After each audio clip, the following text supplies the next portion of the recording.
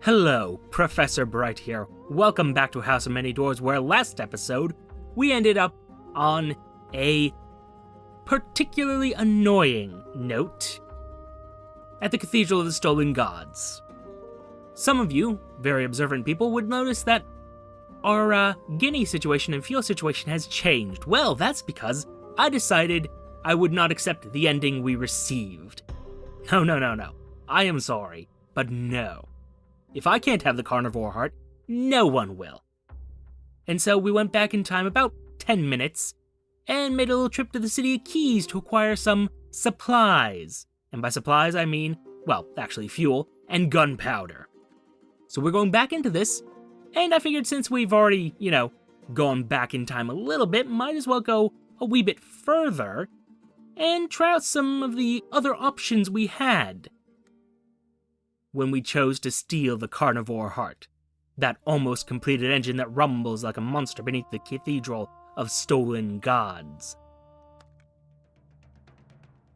We have about 20 minutes before the pirate priests notice I'm missing, says 12, sliding in through the window of your Kinetopede. Hello, Lucetta, by the way. Long time no see. Nice hat. Howdy, 12, says Lucetta with an enormous grin. Good to see you, too. What's life like in the cathedral since I left? Oh, you know, says 12. The usual, but with less sparkle. He pulls a blueprint of the cathedral from his slave rags. Time to plan. The carnivore heart is stored in the cathedral's dungeons, says Lucetta. The divine wards are gone thanks to your efforts, but there are still some protections we need to overcome. It's guarded by a golem built from the bones of saints. One of us will have to destroy that thing. We also need to organize a slave uprising to keep the pirate priests distracted. And finally, we'll need someone to actually smuggle the heart back to the Kinetopede without alerting the guards. 12 starts to hum something under his breath, a tune you vaguely recognize. Let's wait and let him finish the tune. I had the chance to memorize the 5th ode before I smuggled it to you, says 12. You returned the relics of some unsanctioned gods to their rightful owners. Least they could do is grant us a favor in return, eh? We're gonna need it. He glances at you oddly. Didn't Lucetta tell you about this part of the plan? No, she did not. Should have, but, well, there we are. And as he speaks, you feel something fluttering in your pocket. You pull out Librosteus' black card, flapping back and forth as though in a strong wind. A good plan is only revealed at the last minute. Lucetta holds up her slim hand with the symbol of Eleggan burned into the palm. It's glowing gold, and it is never wise to preemptively assume a god's favor. They are fickle beings. We can choose which of us gets which, says 12. How about you, Brian Bright? Whose favor would you prefer? Obviously the favor of Librosteus. I did say I would try something else, but I can't not take Librosteus. He's the bonefish, the tail binder. Then I shall take the favor of the 5th ode, says Lucetta. Leaving me with Eleggan, says 12. I still think that's odd that they switched favors, but whatever. Excellent, I've always wondered what I'd like to have tusks, and who will be doing what. And me, I'm inclined to try stealing the carnivore heart again, but then again, I want to see that relic golem. Lucetta rummages in her wardrobe, producing 3 chainmail robes. Working on these for a while, she says proudly. If we wear them and pull the hoods up, we should look like pirate priests. Might be enough to get us into the dungeons. Sneak into the cathedral. Burly pirate priests guard the doors. At the cathedral's doors, the 3 of you are stopped by a guard with a face like a tumorous tomato. He looks you up and down suspiciously. Oh, he says, I remember seeing any new tanks roll in. How do I know you're one of us? Well, I said I'd try different choices. A test of guile. Bluff your way past with a winning smile. Confidence is the best disguise. Not actually true, a polo shirt and a clipboard nowadays, but, either way. Oh. The guard hesitates when he sees your confident smile, then withdraws and tugs his forelock. Carry on through. In the cathedral beyond, hundreds of icons dangle from the walls. Pirate priests fight and drink and roar with laughter. You make your way to one of the twisty, deserted side corridors and pull open a trap door. Good work, whispers Lucetta. Alright. Much the same. Head to the dungeons. The carnivore heart waits below. Ooh. Well, beneath the halls of the cathedral, between its vast tank treads, are a maze of tiny torchlit catacombs that spool chaotically around a vast central atrium. Here the engine slaves toil. Skulls line the walls, dry bat bones crunch underfoot. You, Lucetta, and 12 separate at a fork in the tunnel to each deal with your respective tasks. There's only time for a hurried, whispered goodbye. You hurry on alone, heart racing. At first you take it for just another pile of bones until it stands up. The golem is a mad agglomeration of skulls and ribs and femurs, piled together at random, each piece of ivory carved with the name of the saint it was taken from. It shambles towards you, shrieking. Yeah, I'm gonna go ahead and invoke the favor of Librosteus because, no. You invoke the favor of Librosteus, the tail binder. The golem pauses, its ivory fists raised. Then, with a groan of submission, it falls to its knees and bows before you. You glide back up to the cathedral above, the relic golem clattering at your heels. The pirate priests scurry before you like ants, screaming as the relic golem charges into them and starts ripping them to pieces. You open your cloak and a legion of lost souls rush forth like a tide, whispering and wailing. Most of the pirate priests curl up on the floor, gibbering and scratching their faces. You drift over them in a god dream, assaulted by visions of writhing tentacles and unlit depths. When you snap out of it, you find yourself back at the Kinetopede. Okay, let's see if all's gone to plan for Lucetta and 12. Lucetta stumbles into the Kinetopede moments later, pale and shivering. It's quite a thing, isn't it? The favor of a god. I can still taste it at the back of my mouth. Joy and power and despair. She drags behind her the carnivore heart, pulsing, dripping, wheezing. A twisted hybrid of engine and organ, split along the middle by a drooling row of fangs, studded with dripping arteries and severed copper pipes. We got here just in time, she says. It was almost fully grown. Disgusting. Ugh. Faint screams from the Cathedral of Stolen Gods. Smoke churns from its steeple. One of the stained glass windows shatters as the slaves hurl a fat pirate priest out onto the spikes far below. Where is 12? Asks Lucetta finally. A shout from the cathedral. A blimp-sized figure stands on one of the upper balconies, roaring for your attention. His voice bounces off the walls. And here we are again. The Omnipope stands out on his balcony, robes flapping, stained glass spectacles glimmering. One huge hand is wrapped around the throat of a badly beaten figure you barely recognize as 12. Lucetta, Brian Bright. His voice cracks like thunder. You have 5 minutes. Return the carnivore heart or I kill your accomplice. He dangles 12 over the massive drop like a toy. Lucetta laughs darkly, the laugh of someone staring into an abyss. We have to give it back, she says hollowly. 12 trusted us. We can't leave him to die. No, we can't. And we also don't have to return that carnivore heart intact.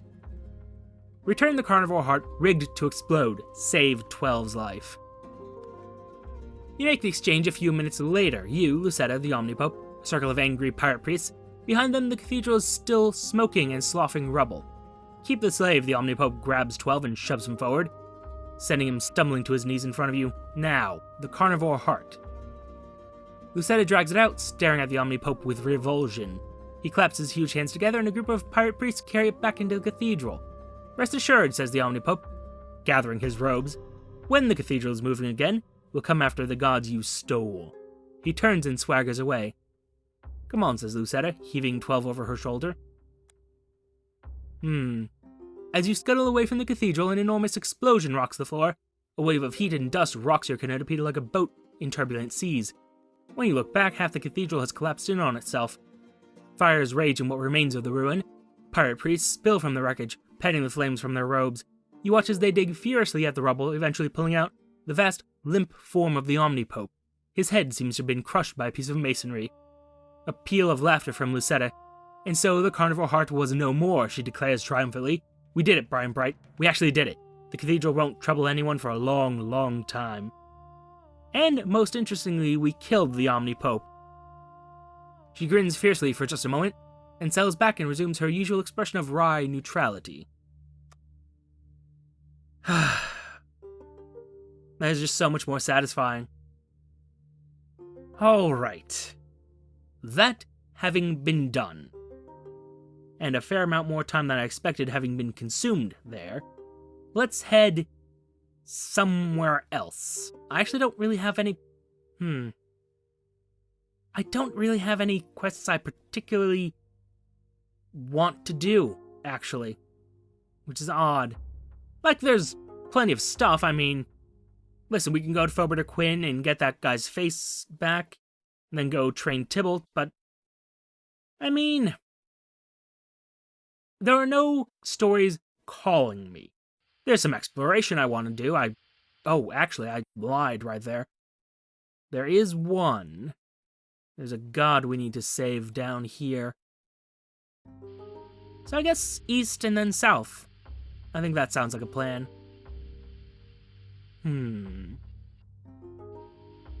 Though perhaps... Well, I'll consider other options in a moment. Yes, Lucetta? Lucetta and 12 are working on the engine together, chatting and laughing. Ooh. Lucetta straightens when she notices you. 12 and I have been talking, she says. He has no experience, but he would like to join the crew as a junior engineer. What do you say? I mean, it's much safer if we drop him off at the City of Keys. It is much safer. A lot of them die really quickly. Tough choice. Yep. Fair enough, she tries to conceal her disappointment. Don't worry, Lucetta, says 12. We'll have a good time on the journey back. We'll talk all about the old days and celebrate. We're free and we're alive, aren't we? We're the lucky ones. She smiles, then pulls both you and 12 into a hug. Yeah, I'm sorry, but he would die if I put him into the... Well, I suppose... Junior engineers do actually survive pretty well, but... Oof. I'm sorry, but no. I can just see them dying, and I would feel terrible. Like, if he just wanted to come along, kind of like how, Waif did, but no. Sorry. He is a free person. I don't actually know if... Yeah, he's a free guy. I think he was human. Look, I didn't really pay attention to the guy. He has a number for a name. How important can he be? Oh, dear. Nope. Nope. Stop. There we go. But yeah, as I was saying, Tybalt, I mean... The really compelling stories are done, as far as I'm concerned. Because Zhang Basho was just such a guy. It's just, such a great guy. Well, at least he had a very interesting job. You know what, while we're here, since this is an option, ask around about pen pushers past. The Kartar are suspicious, twitchy. One of them directs you to a little kelp shack in Guppermoat Close, a quiet district where the old and toothless accumulate. As soon as you ask about pen pusher, the elderly Kartar invites you inside with a sigh. Most folks won't talk about his crime, she says, pottering about her little fire, cooking something in a tin. Shock to the whole community. Tell me more. Do you know why pen pusher is such a terrible insult in our language? Asked the old Kartar. It's not because we're stupid savages, we pass on our stories, poetry, and knowledge by word of mouth. Among Kartar, writing is forbidden by the same taboos that ban incest and murder. Why, though? It petrifies language, says the Kartar, and aberrant taxidermy. You humans give yourselves names without even having to earn them. You write things down in full knowledge that the words will change meaning over time. You're utterly careless with words. And poor pen pusher was always very human in his attitude. How was he caught? The old Kartar shakes her wizened head in wonder. He went to the hammerheads themselves, bold as brass, and showed them his books. His books. He seemed to think they would change their minds about the whole taboo as soon as he read aloud a few passages he especially liked. She sighs. He meant no harm, and he was clearly mad. But even so, he was lucky to be exiled and not killed. Even his own mother was forced to disown him. What do you know about this Atheling character? As mad as pen pusher, she says. Atheling wanted to bring back the old Salt Cove Queen, the hunger that breeds, as though we weren't all glad to be rid of her. The other hammerheads sentenced him to death, but somehow he escaped. Ooh. Yes, hurry along, human, says the old Kartar. Don't come back here. The hammerheads will catch you next time. If they hear you talking about pen pusher and eighthling, they'll string you up by your innards. She lifts her tin from the fire. Yeah, you've been a guest in my home. It'd be rude to send you away without taking a dinner. Delicious meat. How thoughtful? Huh. Wander the permitted districts while we're here. Non-Karchar are only allowed in certain areas of the Citadel. Further in, you're liable to be devoured. A Karchar bard is delivering a passionate performance of one of their hundreds of epic sagas. Every saga depicts the lives of a Karchar ancestor, spanning everything from their martial prowess and heroic exploits to their marital misadventures and minor family disputes. This particular saga describes the life of She Who Thirsts for Blood, a warrior whose fearsome nickname became ironic when she was cursed and became a vampire. Like all Karchar sagas, it describes all the grisliest details in extensive lip-smacking detail. A little more cultural knowledge, always nice. I mean, I do think he's an idiot for wanting to go, well, no, he wants to go to Gandala, so that's fine, but, Not probe, ponder your unsettling conjectures. Sure. You fret for hours over what you learned, the implications, if true. Excellent. This is dangerous knowledge. Dangerous, but valuable. How unfortunately we don't have more. Chat with Waif, keep ourselves a little bit sane. Might as well shatter that. Another effigy destroyed. Disturbing nightmares. Hideous nightmares. Okay, and you know, let's travel through the fetch mirror. I have a question. How far south can you take me? You can take me to Bysis. Ooh. Or I could just go directly to Fober to Quinn. I mean, is there a reason not to? That's really all I want to do. Yeah, let's go. And I can do whatever I want here, so... Insight. Instinct. The mirror-wise unfolds for you like a flower. Its most hidden paths are obvious to you. Paths open for you through sun-dappled groves and between the teeth of monsters. You walk through the copper piping of an upscale apartment in New York, and wander through the dreams of a sleeping warrior in the burning land of King. You have mastered the mirror-wise. You walk through a gallery of 1,000 faces in 1,000 sheets of glass, whispering their darkest secrets, and gain more fragments of epiphany. I have a lot of those now. The real world seems painfully pale in comparison. Excellent. I'm gonna have to do that a lot more often. Gather some news, why not? How good are you at following your dreams? Your dreams in Fober de Quinn are uncanny, colossal stone pillars on a mountain of salt, blinking eyes floating in balls of wine. You look in a mirror and your teeth are covered in wriggling moss. Somehow it all adds up to something coherent. More rivals of the Tenpenny Man have been found dead. Pressure groups call for a ban on dream salve have been met with overwhelming hostility from the public.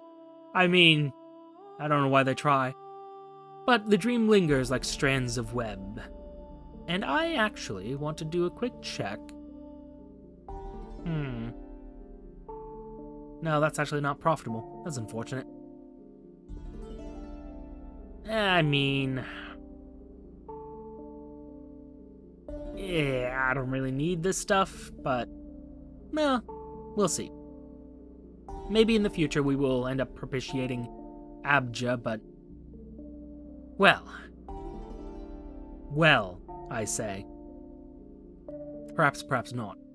In the meantime, bring 3 ancient grimoires to the Tenpenny Man. A pleasure doing business with you, says the Tenpenny Man. He gestures to one of his men, who steps forward and carefully takes the grimoires from you with a pair of silver tongs.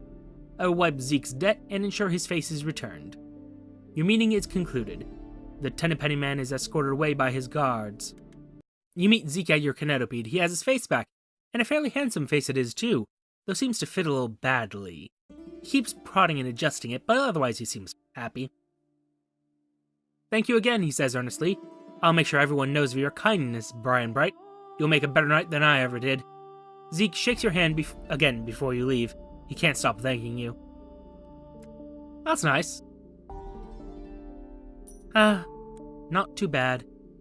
Kinda didn't want to actually do that, kinda wanted to... Well, oh well. Nothing wrong with having a full hull. Dreams beckon you. The city shimmers like a bubble. You can't be sure you're awake. I mean, I'm pretty damn sure. Also, I have another fetch mirror. Let's see here. Quinn does not have an appointed night like most cities, where lamps are doused at the agreed time. At all hours, dreams walk fragile amongst the everyday crowds. There are frequent oddities, a person befuddled and half naked, or someone fleeing as though pursued by demons. Very occasionally, the dreams are less subtle. A flash of movement in the corner of your eye, a flailing figure falling from nowhere, then that vanishes as it hits the ground. A shadow passes overhead, a leviathan monster, carrying a screaming, pajama-clad man in one fist. It strides between shadows and disappears. Gaze at any of the bizarrities too long and they vanish. This is the height of impoliteness. Somewhere in the city, the dreamer is startled and awakened. Look without staring. You'll be able to see amazing things if you allow them to only hover at the periphery. Oh, that's unfortunate. You try to take in the dreams around you, but you can't abstract your attention enough. As soon as you half glance at one, it dissipates.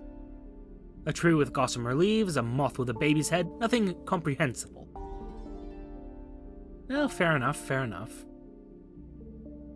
Let me think. How many more of these do I have exactly? They're expensive, but they save a lot of time, you see. Oh dear, I think this might be my last one. Oh, there we are. I have 2 more, so you know what? Travel to Bysis. If you make it intact, which is, let it be said, far from certain, you'll wait there for your crew to catch up to you. And this time... a test of guile, subtlety, mask your soul, let nothing of yourself escape. You are a suit of living armor. The Mirror Wise is a bad place for a bad poker player. It latches onto emotion, feeds on it, whips itself into a frenzy. The collective outpourings of a billion faces, looking in a billion mirrors, keep it in constant flux. You keep your mind focused on other things, distant and abstract. You weave through the chaos, almost invisible amidst the noise. The real world seemed painfully pale in comparison. Ah, wonderful. Back at Bysis, where the people make themselves into gods. Through thread, which... I'm curious. What's the thread made out of, exactly? You're not threaded and therefore a second-class citizen. You'll need to observe the correct rituals of obeisance before anyone talks to you. Yet another day of mourning has been observed for the deceased Imperator. The screams of the dancing god have sent some unthreaded vessels into seizures and fits. You're not allowed to look up until the threaded citizen has glided away, only the tips of their toes brushing the floor. Curious. Oh, no. No. We don't have that lockbox just yet. Soon, though. But not just yet. For now, thank you for your time. Note the like, comment, and subscribe buttons below. Use them responsibly. And I shall see you all very, very soon.